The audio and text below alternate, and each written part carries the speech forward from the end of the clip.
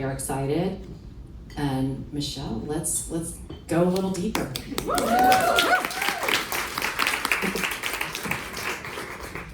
Thank you, Carrie. So, we have many women professionals here.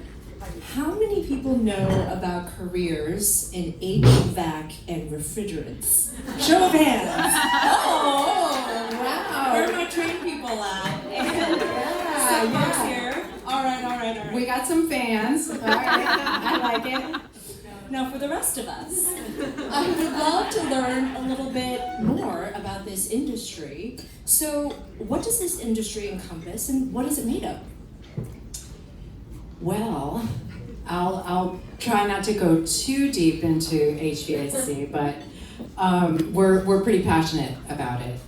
And so one thing I would start with is that buildings are responsible for about 40% of energy-related emissions today. In certain places like New York City, that number is a lot higher. Heating and cooling, which is where we play, is actually responsible for 15% of the world's emissions. So that's pretty significant, right?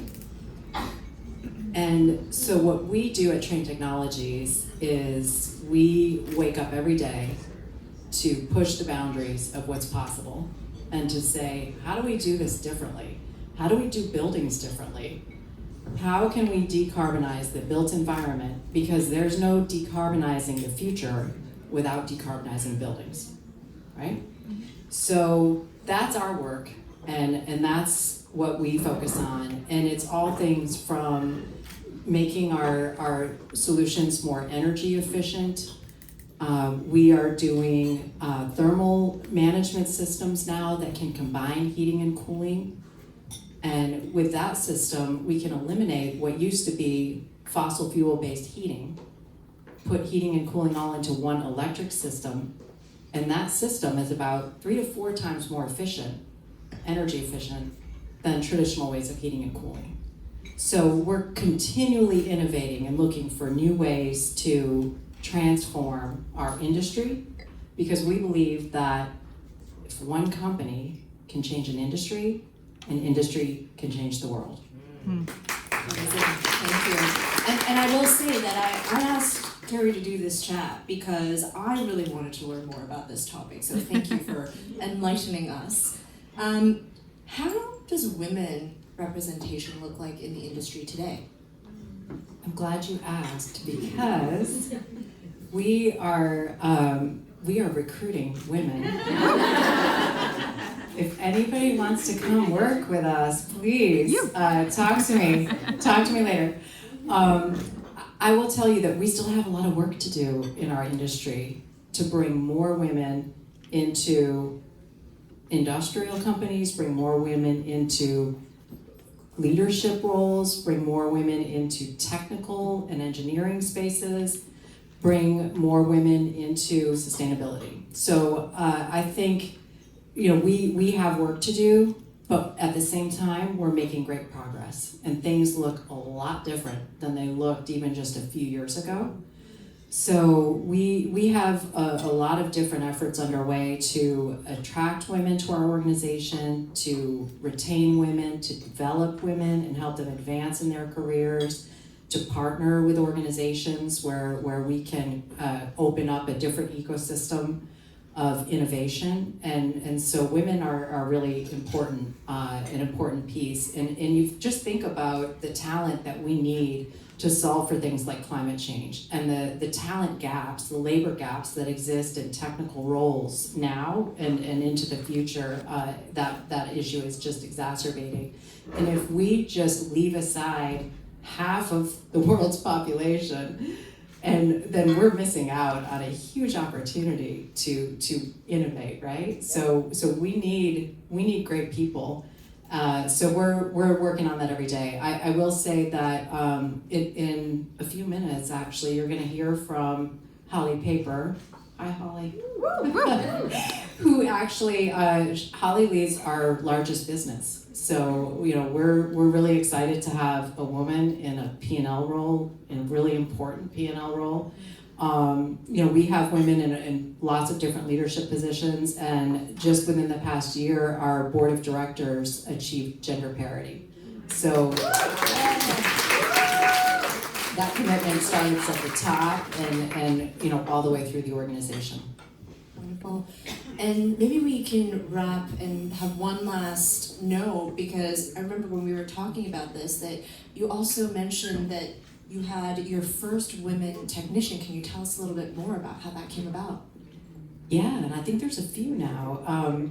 So we've done a lot of different things to broaden access to different roles within our organization. We've had a focus on skills-based hiring, where we eliminate barriers to entry. And so we're looking at, as we hire for roles, we're looking at changing the requirements. So in the past, we may have said, well, you need an engineering degree for this role, or you need a 4-year degree for this role, or you need industry experience, we need HVAC experience. Well, if the whole industry is men, then we're not gonna bring in any women, right? So we had to take a look at requirements for our roles and really change them and start recruiting differently and start talking about our jobs differently. If you're a great salesperson, you can come into this organization and learn the industry, right? So how do we broaden access and change requirements? So, another program that we've had, as you mentioned, Michelle, is we've created a national apprentice program for technicians. And this is a program that in the past we may have hired people who had experience, and we may have looked for required people who had trade certifications or training, degreed roles. And now we're bringing people in who may not have any experience. They may be out of high school, they may be changing a career, and we will help them learn on the job. And so our apprenticeship program has online learning, on the job learning, mentorship, and people earn a livable wage and progress. They advance their earning power as they move through the program and gain more experience. And so as part of our recruiting for our national apprenticeship program, which actually is certified by the Department of Labor, we have been sourcing women and saying, women can be technicians too. So yeah, we're excited. We have our first few women, but at the same time, we know that they're joining an organization where most of the technicians are men. So as we bring in women sales leaders, as we bring in women technicians, we're also creating communities and ways that they can connect with each other, to make sure that they feel supported and they don't feel like the only one, and we can provide the support and foundation that they need to be successful.